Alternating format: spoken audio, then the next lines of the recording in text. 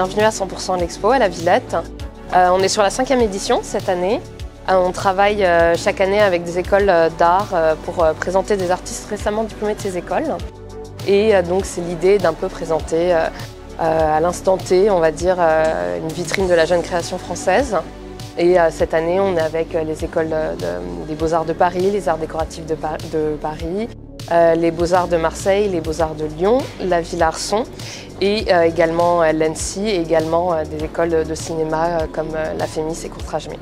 Donc voilà un petit peu pour le panel global. On est sur une 50aine d'artistes dans la Grande Halle de la Villette, exposés à la fois en intérieur mais aussi des artistes pour un parcours en extérieur pour le public du parc. Et voilà, on a des pratiques, on représente différentes pratiques, différents médiums qui vont aussi bien du cinéma vers le stylisme et la photo bien sûr. Donc voilà, bienvenue.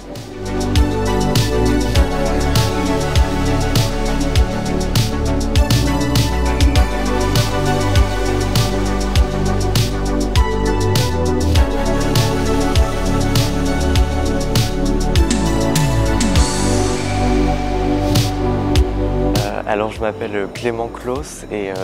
j'ai été diplômé de l'École nationale supérieure des arts déco de Paris. Et donc là, ce que vous voyez ici, c'est donc un projet qui s'intitule À la place des oiseaux, que j'ai réalisé en différentes techniques qui explorent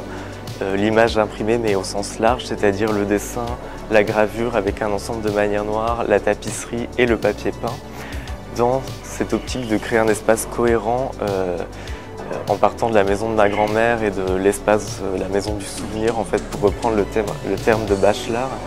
et donc avoir vraiment cet espace qui correspond aux anciennes maisons des années 70,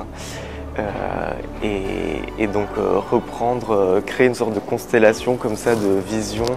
d'objets spécifiques à une époque et à un lieu, pour ensuite arriver vers une sorte de trajectoire, comme on peut le voir ici avec ces gravures, qui part de quelque chose de très sombre jusqu'à des images plus colorées, plus lumineuses, avec cette idée de partir en fait de son milieu d'enfance.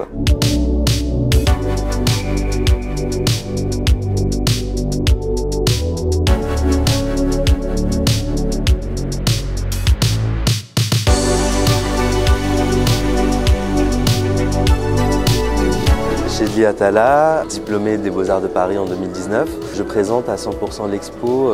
une œuvre que j'intitule Météore, qui reprend l'histoire de l'épopée de Gilgamesh, première histoire écrite de l'humanité en sumérien. Et c'est une histoire où je pointe du doigt quelque chose de pas tout de suite visible dans l'épopée. C'est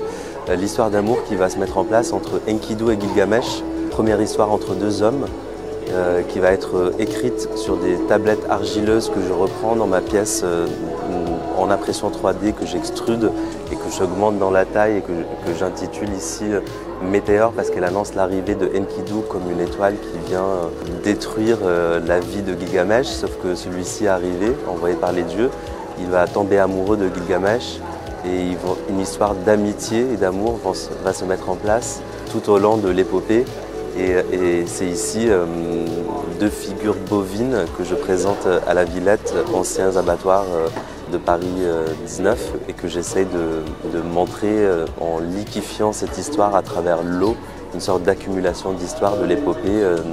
dans un amour oublié, on va dire.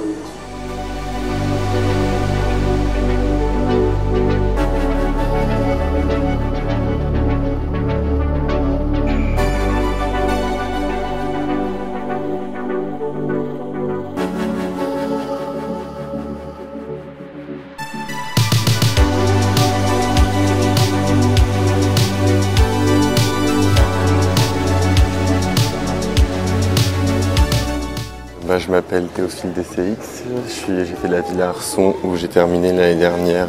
en juin. Et du coup là c'est le projet qui s'appelle Le chant du 16 juin 1869, qui est un chant de lutte ouvrière, un chant qui raconte une lutte ouvrière qui a eu lieu à Saint-Étienne à cette date-là, où les troupes de l'Empire,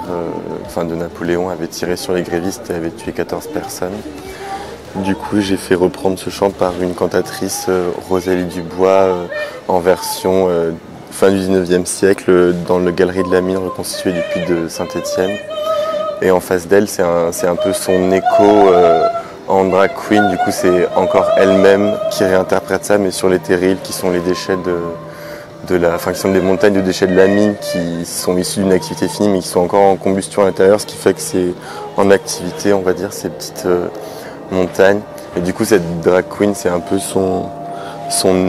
écho 150 ans plus tard, genre comme un chant qui pourrait